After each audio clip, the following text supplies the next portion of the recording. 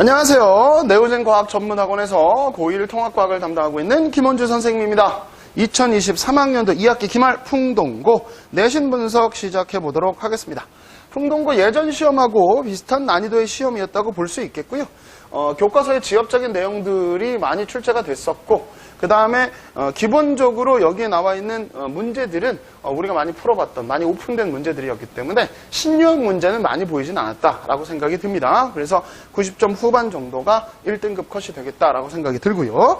일단 대표 문항을 보면서 좀 찬찬히 다시 한번 되새겨 봅시다.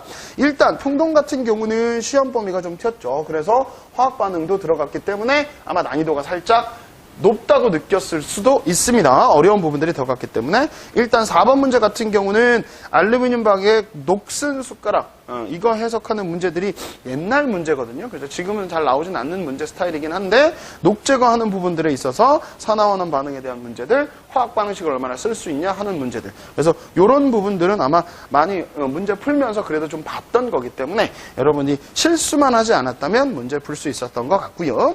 6번 문제 같은 경우는 산화환원 반응에서 금속 반응성 문제, 대표적으로 많이 나오는 금속 반응성 문제이기 때문에 여러분들이 많이 풀어봐서 연습이 됐었을 거니까 이것도 숫자만 바뀌어 있는 거니까 꼼꼼히 보시고 풀었던 대로 하시면 충분히 좋은 점수 받을 수 있었을 것 같습니다. 그 다음에 13번 문제 같은 경우가 지금 염기하고 산화구의 수용액, 즉 혼합용액 중화 반응이 되겠죠. 그래서 여기 지금 2가냐 1가냐 물어보고 이온에 대한 반응성을 물어보는 거기 때문에 충분히 여러분들이 조금만 신경 썼다면 이런 스타일의 문제 보기들 많이 봤잖아요. 그러니까 충분히 풀 수 있었을 것 같고요. 14번 문제가 전형적으로 나오는 중화 반응에 대한 문제죠. 그리고 중화 반응인데 이가 염기의 문제가 남았기 때문에 여러분이 조심하셨어야 되겠고요. 그리고 부피에 따라서 BTB 색깔이 나왔으니까 당연히 중화 반응을 찾는 중화점 찾는 방법이 연습이 충분히 됐다면 충분히 풀 수 있었던 문제. 제가 따로 그 내신 분석 리포트에 쓰진 않았지만 12번 문제 같이 이온수를 주고서 H 수용액을 넣었을 때 어떻게 되느냐 요거 물어보는 것들도 많이 나오는 스타일이긴 하지만 여러분이 좀 까다로워하는 거죠. 이온수 변화에 따른 중화 반응을 정확히 이해해야 되기 때문에 이런 부분들도 한 번씩 봐두셨다면 충분히 문제 푸는데 어렵지 않으셨을 겁니다. 그 다음에 17번은 발전기에 의해서 전구에 불 들어오는 지극히 발전기를 가지고 전자기 유도를 물어보는 문제. 보기를 보면 그렇게 어렵진 않나. 자료 해석 문제, 특히나 발전기 문제에서는 면적당 자기장 변화를 물어보는 것들이 좀 많이 출제가 되긴 하지만 이런 부분들에서는 충분히 여러분의 방향 찾고 세기 찾는 건 충분히 하실 수 있습니다. 정확히 계산 문제는 아니었기 때문에 충분히 할 수 있었던 문제인 것 같고요.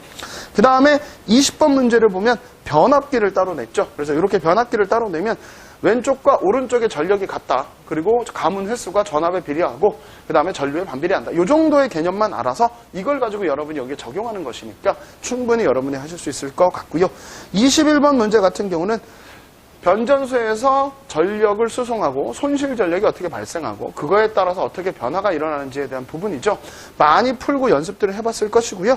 이런 부분들은 비례식으로 푼다고 말씀드렸죠. 그러니까 그런 부분들을 연습이 충분히 돼 있다면 낚이지 않고 풀 수 있었던 문제. 그리고 22번 같은 문제는 교과서에 나와 있는 자료를 해석하는 문제고요. 여기가 숫자가 좀 커서 그렇지 나머지 계산하는 건 일반적으로 풀 수 있는 문제들이죠. 그러니까 교과서에서 많이 응용되는 문제 스타일. 그래서 여러분들이 조금만 신경 썼다면 낚이지 않고 문제 푸실 수 있었을 겁니다. 그래서 충분히 여러분들이 풀 수 있는 난이도의 문제였다라고 생각이 드는데요. 하지만 여러분들이 봤을 때 화학 파트, 즉 화학 산화환원 반응하고 중화 반응 그리고 전력 계산 문제는 조금 난이도가 있게 나왔기 때문에 나머지 것들에 대해서는 조금 이제 쉬운 암기적인 지엽적인 문제들이 나왔지만 물리하고 화학 파트에서는 난이도 높은 계산 문제들 그리고 여러분들이 많이 봐왔지만 그래도 학생 여러분들이 문제를 풀 때 좀 까다로워하는 부분들이 좀 나왔기 때문에 풍동고에서도 아마 조금은 친구들이 당황을 했을 수도 있을 겁니다. 그래서 많은 문제를 한꺼번에 다 풀 수는 없기 때문에 꾸준히 조금씩 계속 잊어버리지 않는 공부를 했다면 충분히 풍동고에서도 좋은 성적 받을 수 있었을 것 같습니다. 2023학년도 2학기 기말 풍동고 내신 분석 리포트 여기서 마치도록 하겠습니다. 감사합니다.